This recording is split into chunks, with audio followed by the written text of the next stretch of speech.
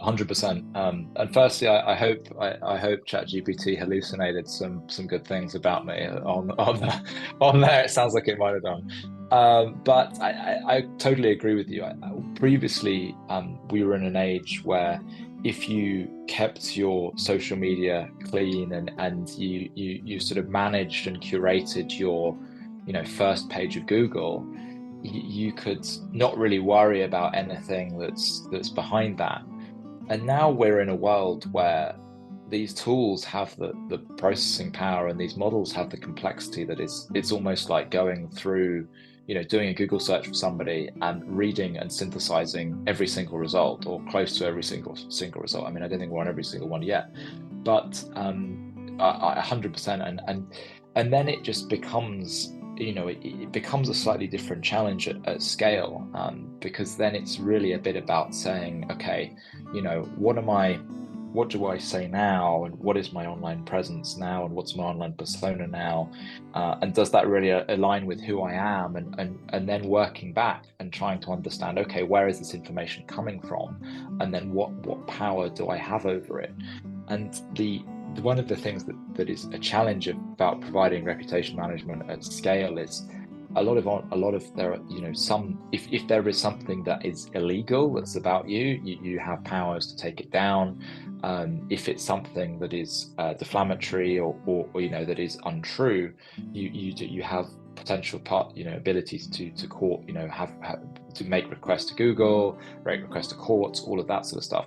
But that's a pretty hard process to do at scale. So then the question then comes about saying, okay, well, how can we make sure that we're putting the right things about ourselves out there, that we're really reflecting,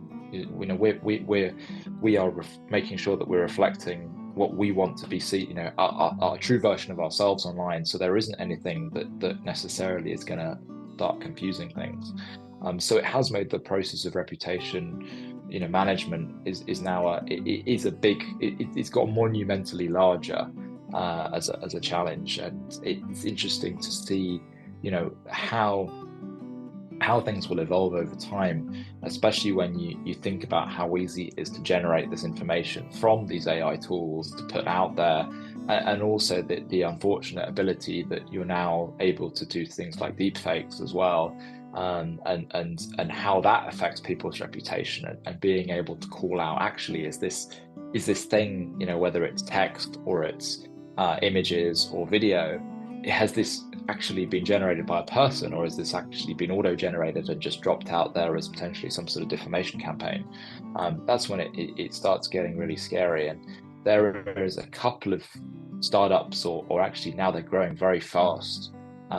Was one business called Reality Defender, and it's looking at deepfakes around reputation, and it's looking around deepfakes primarily for companies, and and also kind of high net worth individuals, media personalities, and looking at things that are out there on people, and actually saying, trying to reverse engineer the image or the video, and try and understand, is this being generated by a person or an AI? And it's going to be an interesting space to watch for sure.